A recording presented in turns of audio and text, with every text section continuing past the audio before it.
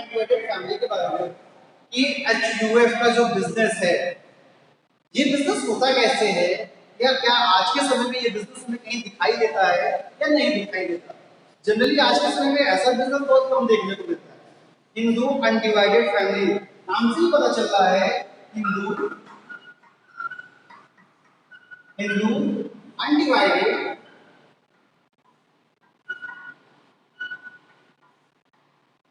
Family.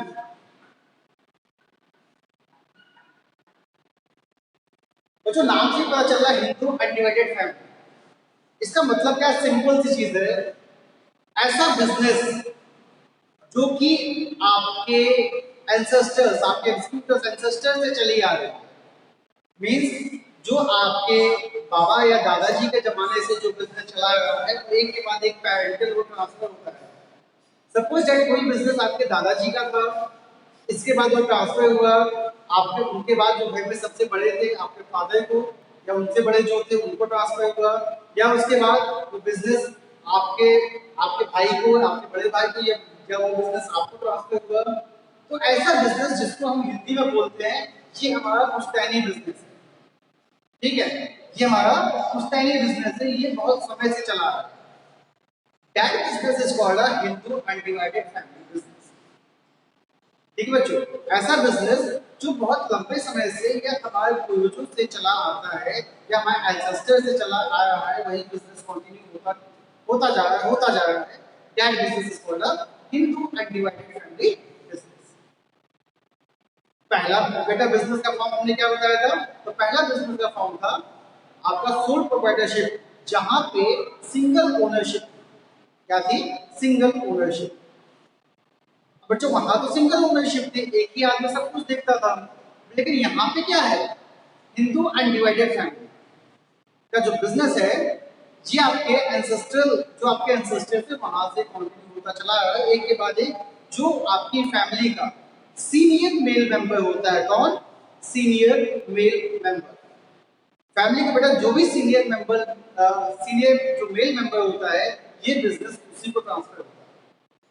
तो अगर आपसे पूछा जाए ये बिजनेस फैमिली में किस मेंबर को ट्रांसफर होता है, याद रखना सीनियर मेल मेंबर। किसे ट्रांसफर होता है? तो सीनियर मेल मेंबर। चलो यहां तक की बात समझ में आ गई है, हाँ सर सीनियर मेल मेंबर को ट्रांसफर होता है। अब इसमें हम कुछ चीजों को ध्यान से देखते हैं। बेटा हिंदू अनडिवाइडेड फैमिली में जो इस बिजनेस को चलाता है, जो इस बिजनेस का मालिक होता है, उसे हम बोलते हैं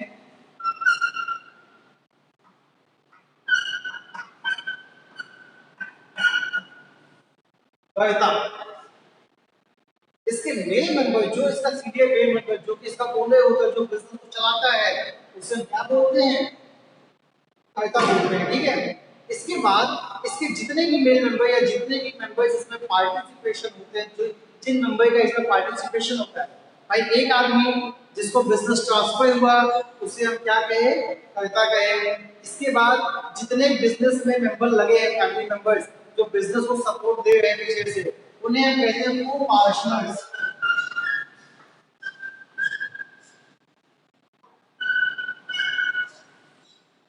क्या कहते हैं? उन्हें हम कहते हैं को पार्टनर्स। तो हिंदू अनडिवाइडेड फैमिली में जो मेल मेंबर होता है, मेल मेंबर या senior male member who contribute the business, that is called अ कर्ता। और उसके बाद बच्चों बिजनेस के जितने भी मेंबर अलग अलग होते हैं, जो बिजनेस को सपोर्ट करते हैं या कर्ता को सपोर्ट देते हैं, उन्हें कहते हैं को पार्टनर्स। को पार्टनर्स। ओके, अब ध्यान से देखना बेटा, जो कर्ता की लायबिलिटी होती है ना, क्या लायबिलिटी? जिसका सोल प्रोप्राइटरशिप में आपने लायबिलिटी पढ़ी थी। सोल प्रोप्राइटरशिप में जो लायबिलिटी थी वो अनलिमिटेड। क्या थी? अनलिमिटेड है। सेम कंडीशन में जो कर्ता की लायबिलिटी होती है वो भी क्या होती है बच्चों? भी अनलिमिटेड होती है।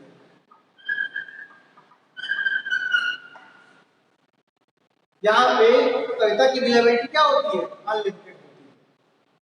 लेकिन इसके अलावा फैमिली में और बाकी जो मेंबर्स हैं जो बिजनेस को सपोर्ट देते हैं, इनकी जो लायबिलिटी होती है वो लिमिटेड होती है। कैसी होती है? तो वो लिमिटेड होती है।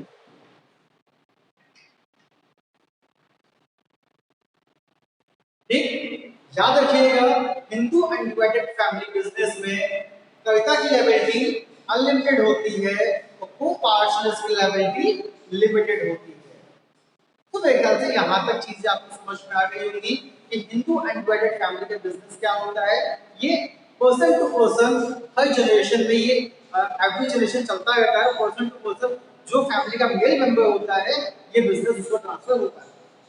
इसका जो मेन मालिक जो मालिक होता है हम उसे क्या कहते हैं, तो हमसे कर्ता कहते हैं। और बाकी जितने भी इसके पार्टनर होते हैं या जो भी फैमिली मेंबर्स होते हैं जो बिजनेस को सपोर्ट देते हैं उन्हें हम को पार्टनर्स कहते हैं। बेटा पूछा जाए कविता की लायबिलिटी क्या होती है, what is your answer sir? Kavita की लायबिलिटी अनलिमिटेड होती है। And what is the liability of a co-partner? Sir co-partners की लायबिलिटी लिमिटेड होती है। इन चीजों को यहाँ पे ध्यान रखें। ठीक, अब इसके बाद इसमें और भी जो चीजें हैं आइए उसको देखते हैं। फिलहाल बिजनेस में जो टर्म्स थे, बाकी जो मेन टर्म्स थे वो ये थे, जो चीजें थी मैंने आपको बताई। अब इसके फीचर्स क्या हैं, इसके बेनिफिट्स क्या है, इसके एडवांटेज डिसएडवांटेज क्या है, अब हम उन सभी पे बात करेंगे।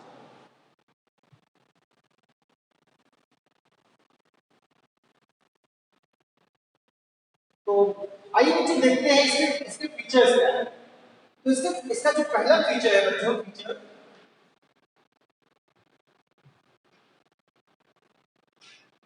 बेटा हिंदू अनडिवाइडेड फैमिली का जो पहला फीचर है वो ये है, इसमें मेंबरशिप बाय बर्थ मिल जाती है।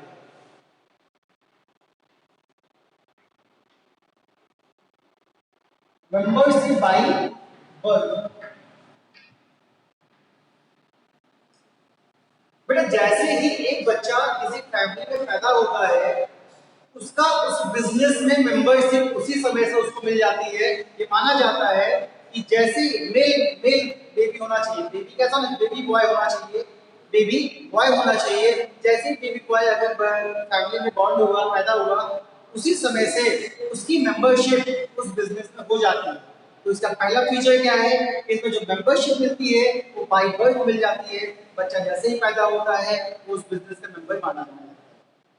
ठीक है, तो ये बेटा हिंदू अनडिवाइडेड फैमिली का पहला फीचर है, यहाँ पे मेंबरशिप बाय बर्थ मिल जाती है। दूसरा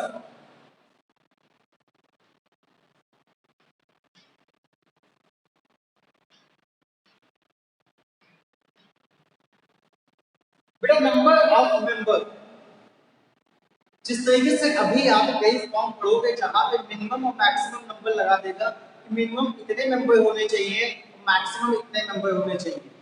एचयूएफ में हिंदू अनडिवाइडेड फैमिली में मिनिमम एक मेंबर होता है, जो मिनिमम एक होना ही चाहिए। वो कौन होगा?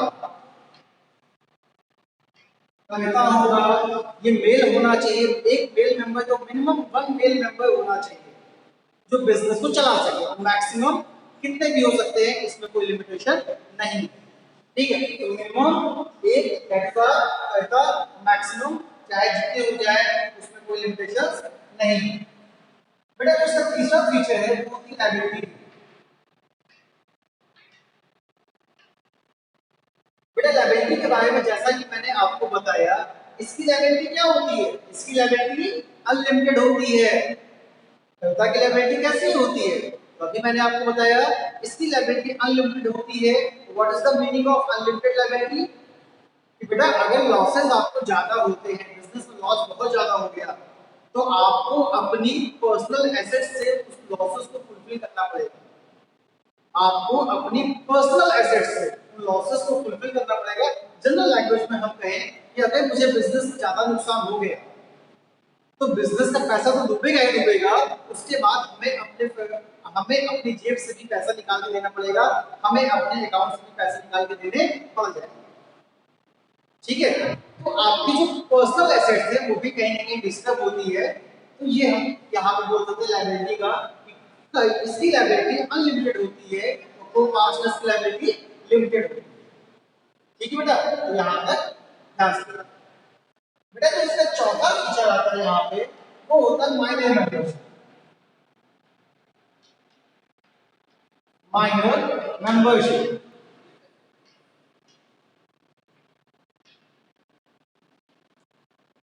बेटा माइनर मेंबरशिप का क्या मतलब होता है? सिंपल सा मतलब है। माइनर माइनर मतलब ऐसे इंसान जो ऐसे बच्चे या ऐसा मेल मेंबर जो 18 साल से कम होते हैं, उन्हें हम माइनर कहते हैं। क्या कहते हैं? ऐसे मेल मेंबर जो कि 18 ईयर से कम होते हैं, उन्हें हम माइनर कहते हैं।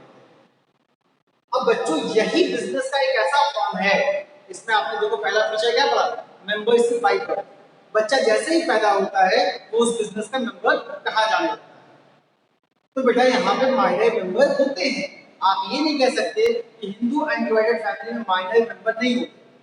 यहाँ पे जो बच्चे 18 साल से कम होते हैं वो भी इस बिजनेस के मेंबर बन जाते हैं, क्योंकि ये इसका फीचर है कि मेंबरशिप यहाँ पे बाय बर्थ मिल जाती है। इसलिए बच्चों जो माइनर होता है उससे भी इसकी मेंबरशिप मिल जाती है।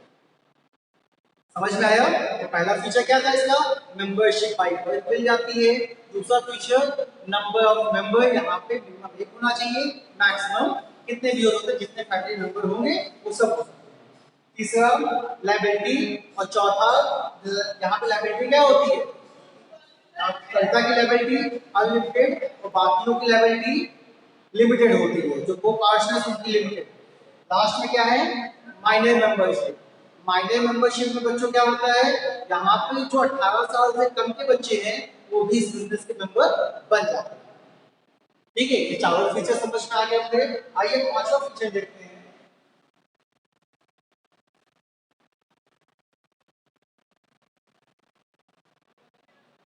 बेटा इन चार फीचर के बाद जो पांचवा फीचर आता है वो होता है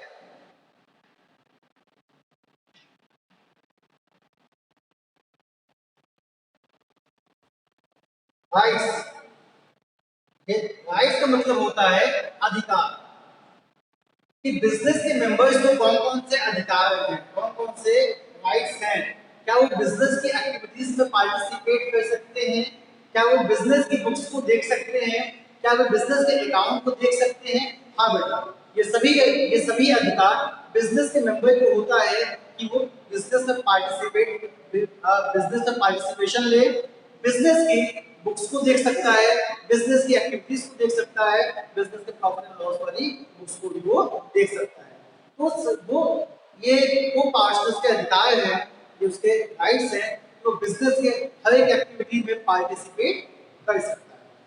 ठीक है बेटा, सातवां क्या है? इसके बाद अगर 7 पे आते हो तो वो होता है registration.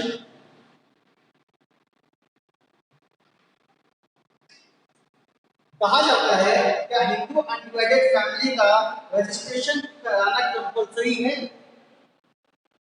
That is the registration. ये जो हिंदू अनडिवाइडेड फैमिली बिजनेस है, क्या इसका रजिस्ट्रेशन होना कंपलसरी है? क्वेश्चन पूछा जाता है। It is a compulsory for Hindu undivided family registration. Registration of Hindu undivided family is not compulsory. आपका आंसर क्या होना चाहिए? Not compulsory. तो यहाँ पे जो इसका फीचर है कि यहाँ पे हिंदू अनडिवाइडेड फैमिली जो बिजनेस होता है इसका रजिस्ट्रेशन कराना कोई कंपलसरी नहीं है कि आपको अगर अपना हिंदू अनडिवाइडेड फैमिली का बिजनेस चलाना है तो आपका रजिस्ट्रेशन होना ही चाहिए। ऐसा नहीं होता, इसका रजिस्ट्रेशन कंपलसरी नहीं होगा। आप कह सकते हो इसका सातवां फीचर है रजिस्ट्रेशन, ये कंपलसरी नहीं होगा। हिंदू अनडिवाइडेड फैमिली का रजिस्ट्रेशन कराने यहाँ पे कंपलसरी नहीं है। बच्चों जब इसके आठवें फीचर की बात की जाती है तो दैट इज कॉल्ड मैनेजमेंट।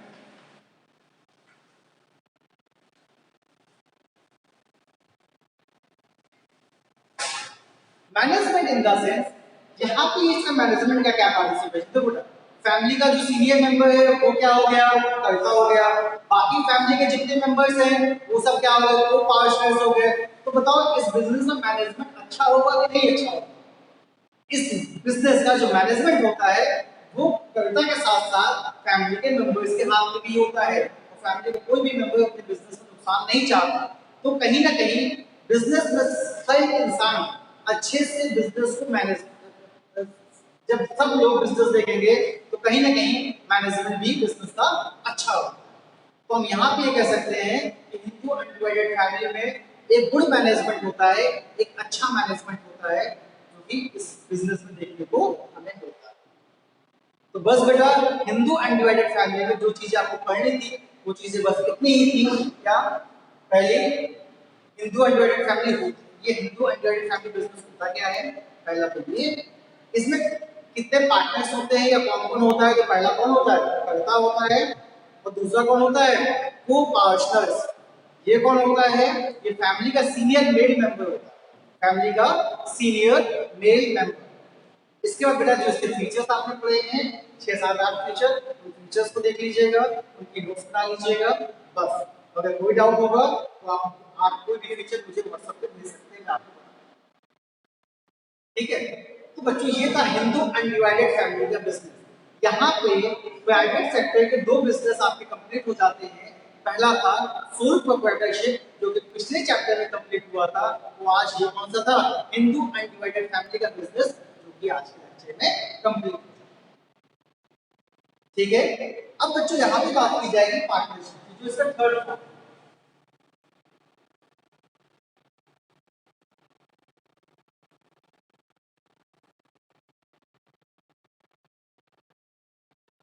जो बच्चों इसका थर्ड फॉर्म है, that is called a partnership. इसका एक्ट बनाया गया है 1932। पहली चीज, अभी बेटा आपसे पूछा जाता है in which act partnership is registered, then the act is 1932, partnership act 1932। ठीक है, अब ये पार्टनरशिप होती क्या है? बेटा जब टू और मोर देन टू पर्सन, ध्यान से मेरी बात को सुनना, ये कितने पर्सन है? टू और more than two person. More than मतलब अगर यहां पे और भी आ जाए,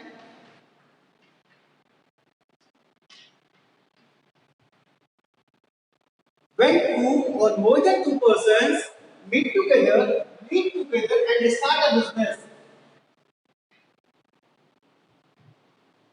start business, ध्यान से देखिएगा, when two or more than two person meet together and start any business for what? For profit,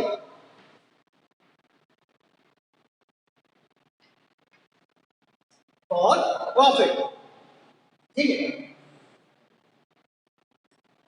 when two or more than two person meet together and start any business for what? For profit, that business is called a,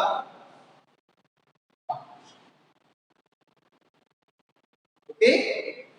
तो partnership क्या होता है? जब बेटा दो या दो से अधिक लोग एक साथ मिल जाते हैं, एक साथ मिलकर किसी बिजनेस को स्टार्ट करते हैं, तो बिजनेस को स्टार्ट करने का मोटिव क्या होता है? मोटिव होता है प्रॉफिट कमाना। तो बच्चों that business is called a partnership. वो बिजनेस क्या कहलाता है? वो पार्टनरशिप बिजनेस कहलाता है। और इसका एक्ट क्या है? Partnership act 1932। Then what is the definition of the partnership? When two or more than two persons meet together and start any business for profit, that business is called a partnership. चलो, तो ये तो पता चल गया। अब इसके कुछ फीचर्स हम लोग जानते हैं, इसके फीचर्स क्या होते हैं। तो आप जितने भी फॉर्म्स पढ़ोगे सिर्फ आपको इतना जानना है कि ये है क्या, इसमें इसके फीचर्स क्या है, लिमिटेशंस क्या है, मेरिट्स क्या है, डिमेरिट्स। बेटा पार्टनरशिप मैंने बता दिया, जब दो या दो से अधिक लोग एक साथ मिलते हैं, किसी बिजनेस को स्टार्ट करते हैं, किस चीज के लिए? तो प्रॉफिट मोटिव होना चाहिए। प्रॉफिट मोटिव अगर है तब उनका बिजनेस कैसा बिजनेस कहलाएगा? उनका बिजनेस पार्टनरशिप का बिजनेस कहलाएगा। आइए इसके फीचर्स की बात की जाती है।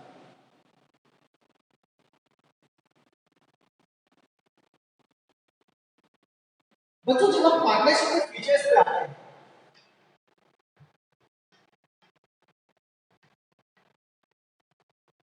फीचर्स पे आता है तो पहला फीचर है मेंबरशिप या मेंबर। आप यहाँ पे मेंबर, ठीक है। पहला बेटा मेंबर, मेंबर का मतलब होता है how many member in a partnership. अगर आपसे क्वेश्चन पूछा जाए कि how many member in a partnership, partnership में कितने मेंबर होते हैं, मिनिमम और मैक्सिमम, दो तरीके के क्वेश्चन बनते हैं। How many minimum member in a partnership and how many maximum member in a partnership. What's your answer? Your answer is there is only two minimum members. Two minimum member, कितने minimum member? 2. There is 2 minimum member and 50 maximum member. How much? So there is 2 minimum member and 50 maximum member in a partnership. तो इसका पहला feature है that is a member, there is a 2 minimum member and 50 maximum members in a partnership. हाँ ठीक है क्यों? अब इसका दूसरा फीचर देखते हैं that is called liability.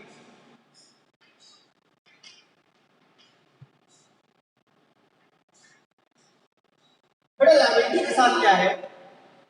आपने अभी सोल प्रोप्राइटरशिप की लायबिलिटी पढ़ी, वहां पे लायबिलिटी अनलिमिटेड। आपने उसके बाद हिंदू अनडिवाइडेड फैमिली की लायबिलिटी पढ़ी, वहां पे कविता की लायबिलिटी अनलिमिटेड थी, बाकी को पार्टनर्स की लायबिलिटी लिमिटेड थी। लेकिन बेटा जब हम पार्टनरशिप की लायबिलिटी पढ़ते हैं, यहाँ पे इनकी लायबिलिटी क्या होती है? अनलिमिटेड होती है। अनलिमिटेड का सेंस पार्टनरशिप की लायबिलिटी अनलिमिटेड इसलिए होती है कि अगर बिजनेस में लॉस होता है तो सभी पार्टनर्स को अपनी पर्सनल एसेट से भी देना पड़ जाएगा, अपनी पर्सनल एसेट से भी उन लॉसेस को फुलफिल करना पड़ जाएगा। इसलिए इसकी लायबिलिटी क्या होती है? अनलिमिटेड। ठीक है बच्चों, यहाँ पे दो फीचर समझ में आ गया होगा, पहला मिनिमम मैक्सिमम मेंबर और दूसरा यहाँ पे लायबिलिटी का। इसकी लायबिलिटी कैसी होती है? इसकी लायबिलिटी अनलिमिटेड होती है। तीसरा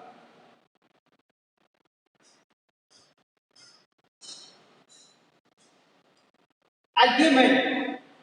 बेटा पार्टनरशिप में एग्रीमेंट होता है, सभी पार्टनर्स के बीच में एक एग्रीमेंट होता है। उस एग्रीमेंट में सारी चीजें लिखी होती हैं कि हमारे बिजनेस का नाम क्या होगा, हमारा काम क्या होगा, हम कितने पार्टनर्स होंगे, हमारा प्रॉफिट से रेशियो क्या होगा, किस रेशियो में हम अपने प्रॉफिट्स को बांटेंगे, मतलब एवरीथिंग जो भी चीजें पार्टनरशिप में होनी है वो सब इस एग्रीमेंट में लिखा होता है। और इस एग्रीमेंट को हम क्या कहते हैं? जो भी पार्टनरशिप का एग्रीमेंट होता है उसे हम कहते हैं पार्टनरशिप डीड। Partnership deed. तो अगर पूछा जाए what do you mean by partnership deed, then there is a agreement between partners and that agreement is called a partnership deed. तो जो एग्रीमेंट पार्टनरशिप के बीच में होता है उसी एग्रीमेंट को हम क्या कहते हैं? पार्टनरशिप डीड कहते हैं। अगर ये पूछा जाए कि बच्चों पार्टनरशिप डीड में लिखा क्या क्या होता है, तो आपको सारी चीजें बतानी है। Name of the business, name of the partner, profit sharing ratio, location of the business, object of the business, capital of the business, the everything is written in a partnership deed. If there is an agreement between partners, then everything related to the partnership is written in a partnership deed. Okay, तो partnership में deed में वो सभी चीजें लिखी होती है जो कि पार्टनर्स के बीच में एग्रीमेंट होता है और जो भी बिजनेस से रिलेटेड होता है वो सब चीज यहाँ पार्टनरशिप डीड में ओके। तो चौथा पॉइंट यहाँ पे है registration.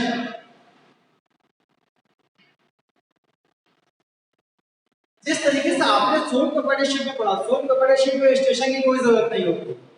There is no need of registration in a sole proprietorship. आपने भी हिंदू अनडिवाइडेड फैमिली में पढ़ा, there is not a compulsory, यहाँ वहां पे कंपल्सरी नहीं है कि आप हिंदू अनडिवाइडेड फैमिली बिजनेस का रजिस्ट्रेशन कीजिए। लेकिन पार्टनरशिप में क्या है? यहाँ पे भी बेटा कंपल्सरी नहीं है।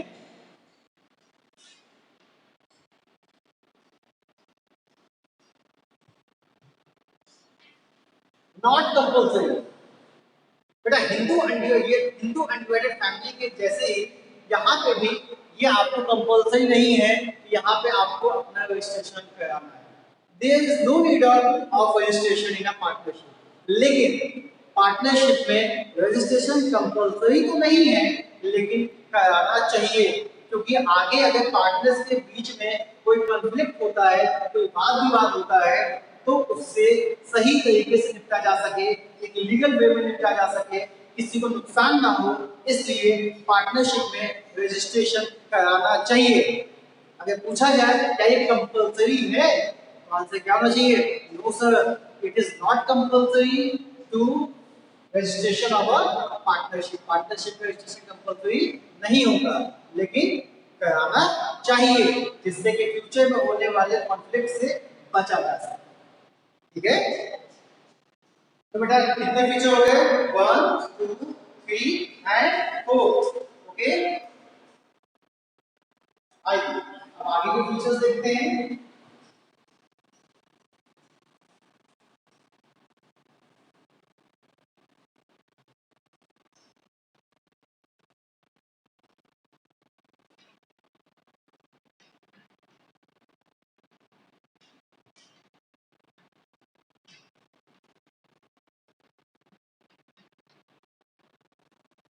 प्रॉफिट सेल, बेटा बिजनेस में जो भी प्रॉफिट होगा उससे पार्टनर किस रेशियो में बांटेंगे? भाई बिजनेस हुआ, 5-6 पार्टनर है, प्रॉफिट आया, उस प्रॉफिट को हम किस रेशियो में बांटेंगे? देखो दो तरीके से बांटा जाता है।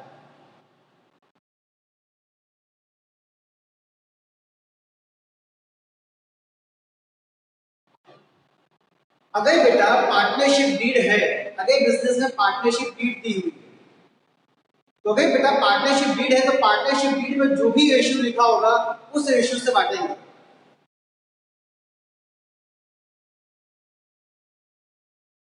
ठीक है, पार्टनरशिप डीड है तो जिस रेशियो होगा उस रेशियो में बांटेंगे। तो अगर पार्टनरशिप डीड नहीं है तो इक्वल बांटेंगे।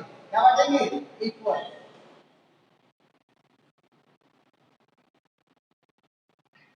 इक्वल याद रखिएगा, अगर बच्चों पार्टनरशिप डीड दी हुई तो पार्टनरशिप डीड में जो भी रेशियो होगा उस रेशियो के हिसाब से बांटेंगे। अगर पार्टनरशिप डीड नहीं है तो पार्टनर्स के बीच में प्रॉफिट कौन से रेशियो में बटेगा? तो इक्वल रेशियो में बटेगा। समझ में आया? तो there is, if there is partnership deed, then according to partnership deed we distribute the profit between the partners. If there is no any partnership deed, then we distribute equal profit between the partners. तो यहाँ पे profit की तरीके से समझ में आ गया होगा कि जब प्रॉफिट से जब आपकी पार्टनरशिप डीड दी होती है तब हम आपका पार्टनरशिप डीड के अकॉर्डिंग बांटते हैं, वो अगर नहीं दी है तो हम इक्वल बांटते हैं। तो इस चीज को ध्यान रखें। ठीक है बेटा, 5 इसके फीचर्स हो गए। आइए 6 फीचर्स की बात की जाती है।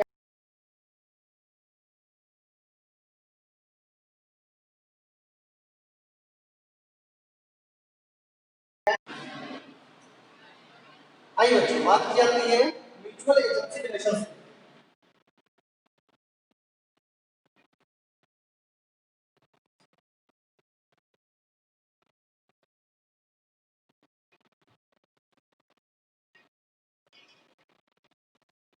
म्यूचुअल एजेंसी रिलेशनशिप, बेटा ये म्यूचुअल एजेंसी रिलेशनशिप का मतलब क्या है? देखिए, पार्टनरशिप में कोई भी डिसीजन होता है तो उसमें सभी का म्यूचुअल कंसेंट होना चाहिए, सभी की सहमति होनी चाहिए। अगर मान लीजिए there is a 3 partners in a business, 3 partner हैं, किसी चीज पे अगर 2 पार्टनर ने अपनी म्यूचुअल कंसेंट दिया तो एक पार्टनर की रजामंदी नहीं है, एक पार्टनर नहीं चाहता कि वो काम हो, तो बेटा बिजनेस में वो काम नहीं हो सकता। इसलिए बिजनेस में म्यूचुअल कंसेंट का होना इंपॉर्टेंट है, म्यूचुअल एजेंसी रिलेशनशिप होना इंपॉर्टेंट है। बिना सबकी सहमति के कोई भी काम नहीं हो सकता है। तो पार्टनरशिप में म्यूचुअल एजेंसी चाहिए, म्यूचुअल कंसेंट चाहिए, जिससे कि सबका मत एक होना चाहिए और कोई भी डिसीजन सबसे कंसल्ट करने के बाद ही लेना चाहिए। नहीं तो अगर किसी भी पार्टनर ने निगेटिव रिस्पांस दिया तो वो काम बिजनेस में नहीं हो सकता। तो यहाँ पे कौन सा फीचर होता है? म्यूचुअल एजेंसी रिलेशनशिप का फीचर यहाँ पे होता है। ठीक है बेटा, इसके बाद 7वां नॉन ट्रांसफरेबल शेयर।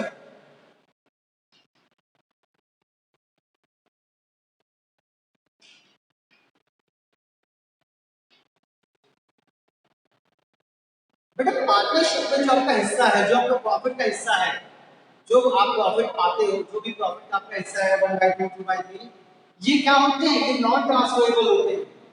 मींस अगर आप बिजनेस छोड़ के जाना चाहते हो तो ये बोल दो कि मेरा हिस्सा आप इनको दे दीजिएगा, मेरा हिस्सा मेरे भाई को दे दीजिएगा, मेरा हिस्सा मेरी वाइफ को दे दीजिएगा, मेरे फैमिली में किसी मेंबर को दे दीजिएगा, मेरे फ्रेंड को दे दीजिएगा, और मैं बिजनेस छोड़ के जा रहा हूँ। तो बेटा आपका जो हिस्सा है, जो आपका शेयर है, वो वो नॉन ट्रांसफरेबल है उसे ट्रांसफर नहीं किया जा सकता।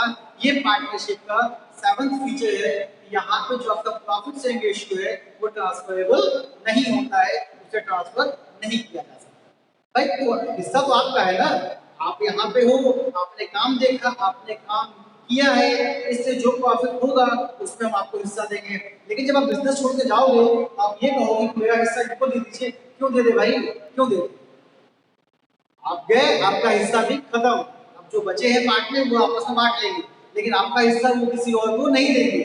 तो इसलिए यहाँ पे इसका जो फीचर है वो ये फीचर है कि यहाँ पे शेयर जो होता है वो नॉन ट्रांसफरेबल होता है, उसे ट्रांसफर नहीं किया जा सकता।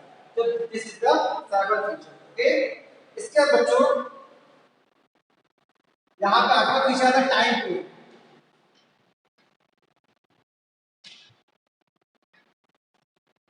टाइम पीरियड का यहाँ पे मतलब होता है कि पार्टनरशिप कितने समय के लिए बनाई गई।